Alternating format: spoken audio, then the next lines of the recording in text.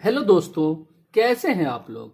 Current affairs today जो दृष्टि की तरफ से दिया जाता है, इसका आज 23 एपिसोड आप लोगों के बीच लेके आया हूं, जिसमें आज का जो टॉपिक है वह है भारत में भुखमरी की गंभीर स्थिति। ठीक है, तो ये जो है भुखमरी की जो गंभीर स्थिति है, यह कैसे मापा जाता है, इसके लिए क्या इंडेक्स होते हैं और यह किस आधार पर मापा जाता है, इसके लिए कौन कौन से घटक होते हैं। और जो हालिया रिपोर्ट आया है ग्लोबल हंगर इंडेक्स का, यानी वैश्विक भुखमरी सूचकांक 2022 में जो आया है, उसमें भारत की स्थिति क्या है और भारत के जो खराब प्रदर्शन रहा है उसके पीछे का क्या कारण है ना। और जो GHI जो की रिपोर्ट आई है उसमें भारत ने उससे सवाल किया है और हमारे भारत की जो विपक्षी पार्टी सब है उन्होंने भी सवाल किया है भारत की सरकार से कि आखिर ये भारत की जो स्थिति है इतना खराब क्यों आया है। इन सभी कारणों को हम इस टॉपिक में देखेंगे, तो वीडियो में बने रहे। तो क्या है कि चर्चा में क्यों क्या है, तो ग्लोबल हंगर इंडेक्स 2022 में भारत 29.1 के स्कोर के साथ 121 देशों में से 107वें स्थान पर है, जो कि भारत में भुखमरी की गंभीर स्थिति को दर्शाता है। तो ये जो 29.1 के स्कोर के साथ है, तो यानी टोटल जो स्कोर कितने होते हैं और कितने में भारत को इतना मिला है, और क्या है कि पैमाना क्या है कि अगर 100 में 100 मिलेगा तो उसकी स्थिति क्या होती है, और 100 में अगर 0 मिलेगा 1 मिलेगा तो उसकी यानी GHI में उसकी पोजीशन क्या होता है। ये सभी बातों को हम इस वीडियो में जानेंगे।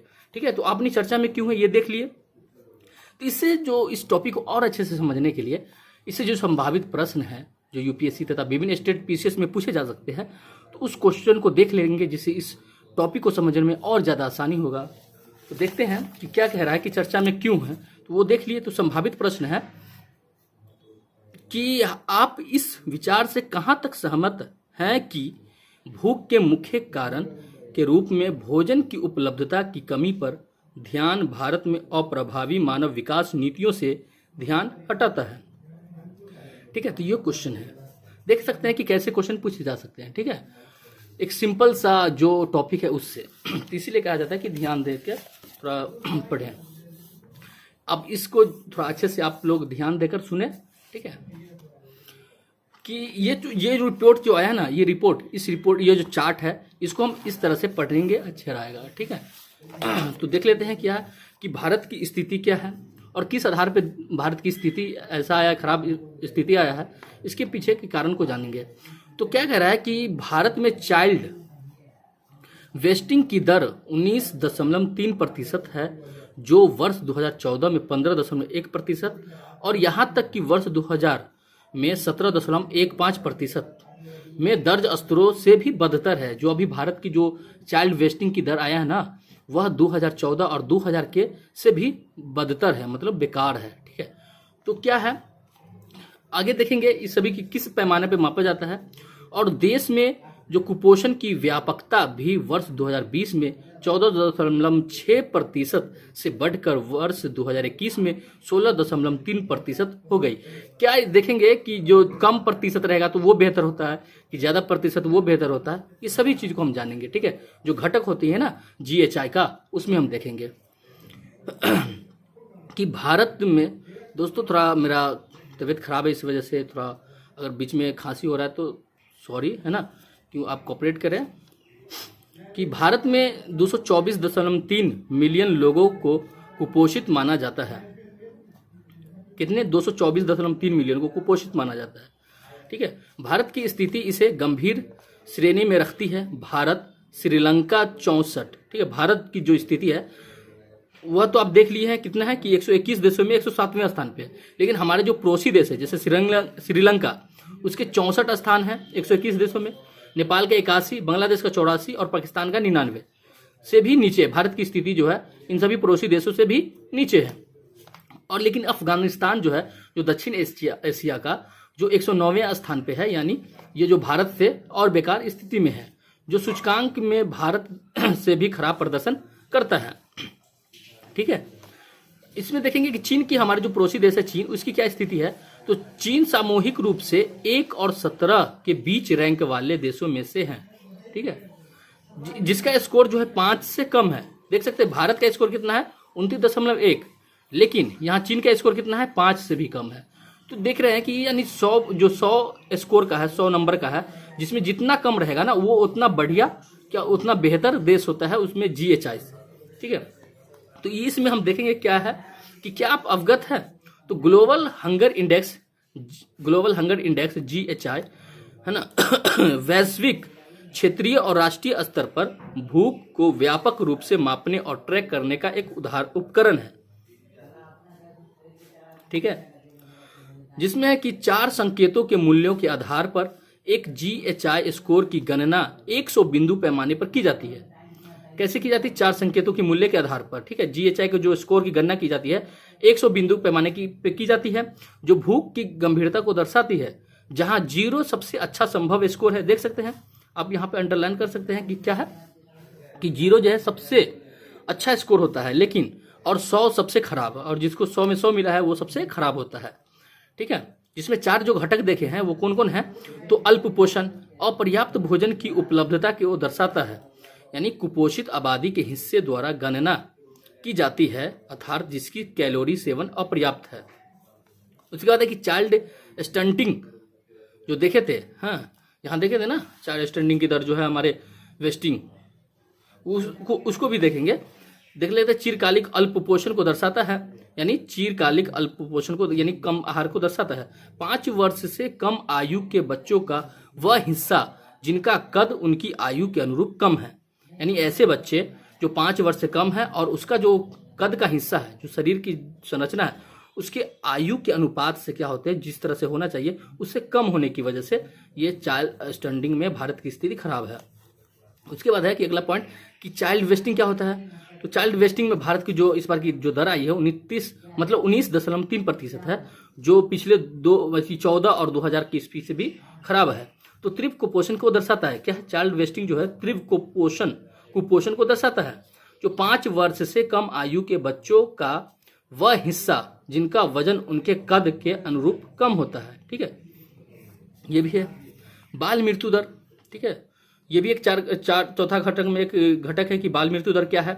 तो यानी GHI जो होता है वह मेनली बच्चों पे टेस्ट किया जाता है, कुपोषण से आधारित होता है, और इस आधार पे किसी भी देश की जो है GHI रिपोर्ट तैयार की जाती है। 5 वर्ष की आयु से पूर्व मृत्यु का शिकार हो जाने वाले बच्चों का जो हिस्सा है वह बाल मृत्यु दर में आता है, और इस तरह से हमारे भारत की जो स्थिति है बहुत ही खराब है, यानी सबसे ज्यादा मृत्यु होती है इसका मतलब। ठीक है, हमारे पड़ोसी देशों में। खराब प्रदर्शन के क्या कारण है, पीछे हम जानते हैं उसके जो कारण है, जो भारत की जो खराब प्रदर्शन हुआ है क्या कारण है। तो अस्वच्छता जिसके कारण डायरिया होता है, चाइल्ड वेस्टिंग और स्टंटिंग का एक अन्य प्रमुख कारण है। ठीक है, उसके बाद खाद्य असुरक्षा, भारत में कम आहार विविधता भी बाल कुपोषण का एक प्रमुख कारक है। ठीक है, उसके बाद गरीबी, भारत में लगभग 50 मिलियन परिवार छोटी और सीमांत जोतों पर निर्भर है ना, 50 मिलियन, समझ सकते हैं। उसके बाद अगला पॉइंट देख सकते हैं।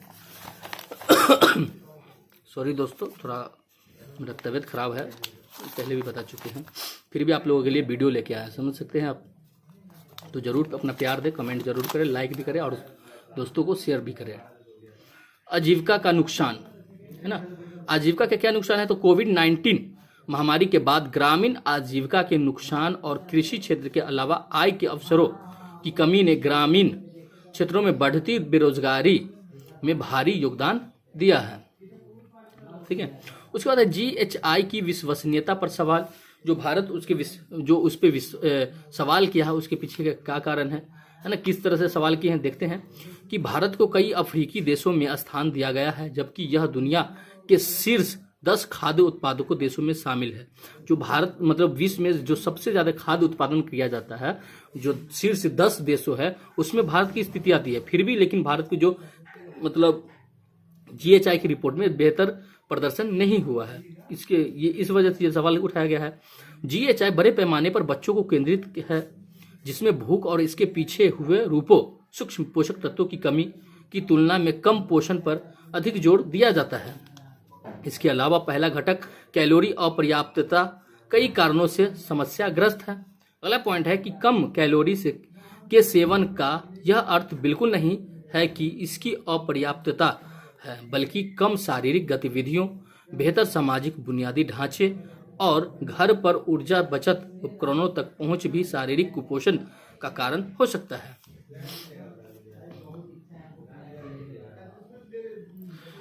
भारत जैसे विशाल और विविध देशों के लिए पोषण की कमी की व्यापकता पर पहुंचने के लिए एक समान कैलोरी मानदंड का उपयोग करने का अर्थ है उन कारकों में भारी क्षेत्रीय असंतुलन को पहचानने में विफल होना जो राज्य स्तर पर अलग अलग कैलोरी आवश्यकताओं को जन्म दे सकते हैं। दोस्तों बता नहीं सकते कि मेरा इतना ज़्यादा तबीयत खराब है कि आवाज़ भी अच्छे से मतलब आवाज़ भी थोड़ा घबरा कर निकल रहा है। ठीक है। निष्कर्ष फिर भी आप लोगों के लिए वीडियो लेके आए हैं तो जरूर प्यार दें, है ना। इसके पीछे क्या निष्कर्ष है? तो निम्न रैंकिंग का अर्थ यह नहीं है कि भारत हर पहलू में समान रूप से खराब है।